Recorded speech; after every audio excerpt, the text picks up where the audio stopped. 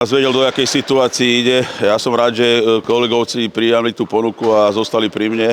Stretla sa tu naozaj veľmi dobrá partia ľudí, cez hráčov, ktorí naozaj pracujú za ten porok, čo som tu veľmi dobre a tí výsledky sa odzrkadli. Realizačný tým je fantastický, čiže veľmi rád chodím na ten štadión a jednoducho ja pevne verím, že sa to aj v tých výsledkoch odzrkadlilo, lebo naozaj tí chalani napredujú, robia to, čo my chceme od nich nejakým spôsobom a naozaj zistili, že to má ten zmysel a ten postup do toho semifinále je zaslúžený. Hovorím, vstúpili sme do toho, jednoducho tých zápasov bolo strašne moc, čo sme o gól prehrali, alebo chalanom sa nepodarilo dať tí góly, ale my sme boli prvý poslední v tabulke, čiže ten progres tam je, si myslím, že veľký.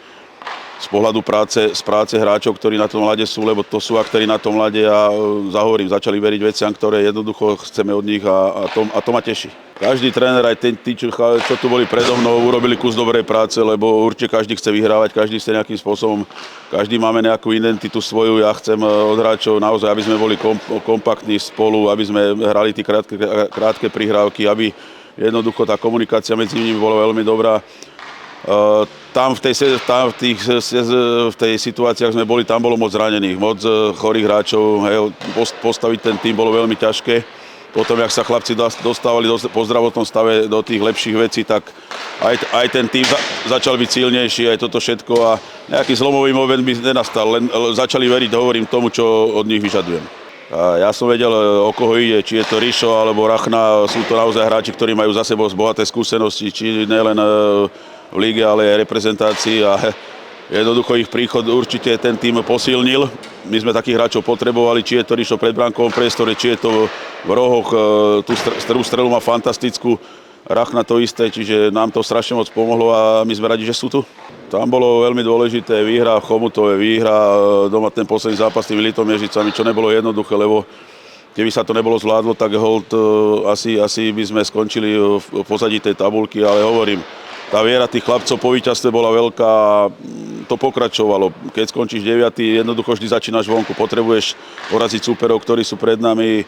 Verili sme si na tí Pardubice, silný súper, rýchly súper, aktívny súper, ale potom v domácom zápase, keď sme vyhrávali 5-1 a dali to na 5-4, tak trošku tam nastal taký zlom si uvedomiť, že nejde to tak, jak každý si to predstavuje a v tých Pardubiciach už ten zápas bol taký, že sme to mali plne pod kontrolou.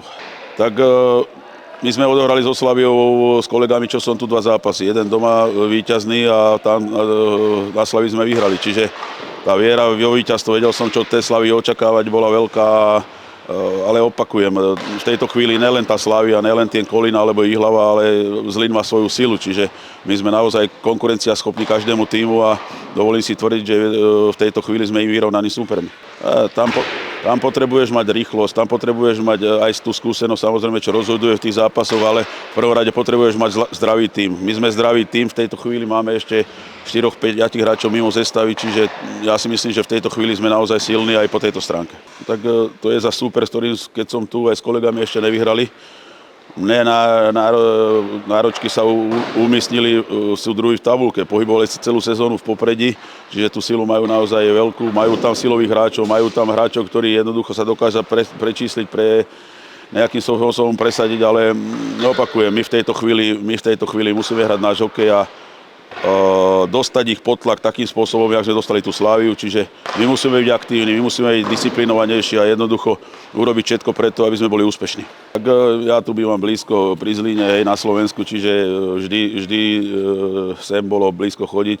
Tá atmosféra historicky pre ten Zlín bola vždy výborná, odohrali sa tu vynikajúce zápasy, nielen v Extralíge, ale aj v prvej lige. Tá podpora tých fanúšikov je tu veľká, oni len potrebujú naozaj cítiť to, že aby sa dobre pracovalo. Keď tí chlapci dobre pracujú na tom ľade, tak tá podpora je. Samozrejme, podpora mesta, podpora partnerov klubu je veľmi dôležitá, čiže za toto im patrí veľká vďaka.